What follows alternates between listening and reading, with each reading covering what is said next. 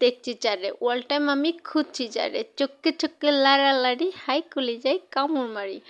আসলে বিষয়টা এটা মেলার গান না, এখানে গানটা বাজতে ছিল, তাই চিন্তা করলাম আমি আপনাদেরকে একটু শোনাই। তো দেখতেই পাচ্ছেন টিকিট কাটলাম, তো চলে এসেছি।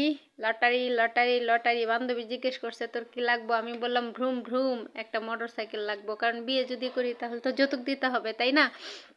তো আগের থেকে একটা মোটর সাইকেল যদি আমি লটারিতে পেয়ে যাই তাহলে আর কি লাগে। চলে আসলাম, একটু খাবো, কিছু তো একটা খাইতে হবে। প্রচুর পরিমাণ হাঁটাহাঁটি করেছি, ওই দিক দিয়ে লটারির টিকিট দিয়ে এসেছি, এদিক দিয়ে খাবার খুঁজতে খুঁজতে এক একজনে ব্যস্ত।